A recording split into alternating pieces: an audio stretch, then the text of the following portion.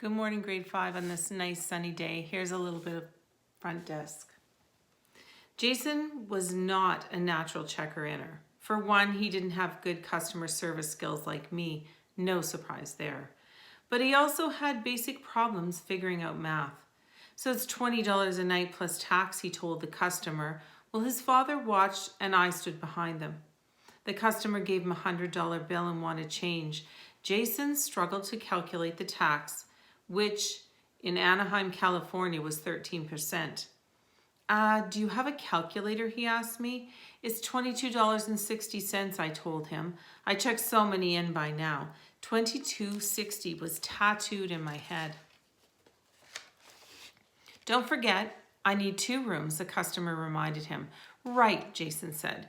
He pulled out his hand and he tried to do the math in the air with his fingers. So that's 2 times $22.60, Mr. Yo yelled. You can't figure out what that is? Hang on, just give me a second, said Jason. He bit his lip. You got to carry the 1 and then add the... Mr. Yo shook his head and stomped into the manager's quarters.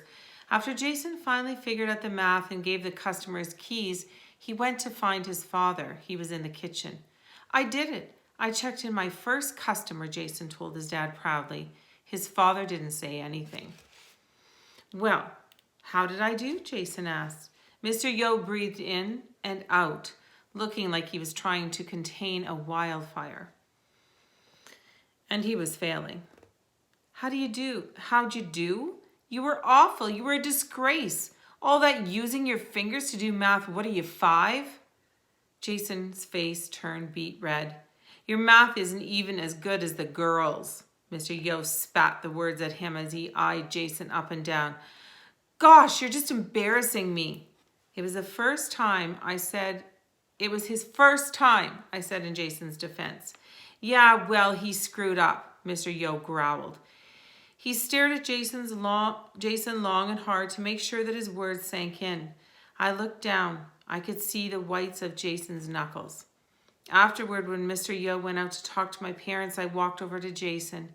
He was sitting all by himself in the corner of the front office. I knew exactly what he was feeling because I felt it just a couple of hours ago when my mom yelled at me. It's okay, I said softly. Jason shook his head. Don't, he said. I put my hand on his shoulder anyway. He jerked his body away. Just don't. Chapter 21. Pounding woke us up at the dawn the next day, ear-splitting pounding like somebody was attacking the front office with a jackhammer, and I jumped out of bed. Mr. Lawrence, one of the customers from the night before, was standing in front of the office. Quickly, my dad buzzed him in. My car, it's gone, he shrieked. Mr. Lorenzo's neon green Ford Thunderbird had been taken in the middle of the night. It was parked in front of his room, and when he woke up, it was gone. We have to find out who this is, I said. Turning to my parents, you think it was one of the other customers? I immediately grabbed the customer logbook to see who stayed here the night before. It could have been anybody, said Mr. Lawrence. Somebody could have come in here in the middle of the night and taken off with my car. I made a mental note to add parking lot gate to my wish list. My father picked up the phone. Hello, Mr. Yo, my dad said. Something terrible has happened. Mr. Yo arrived half an hour later.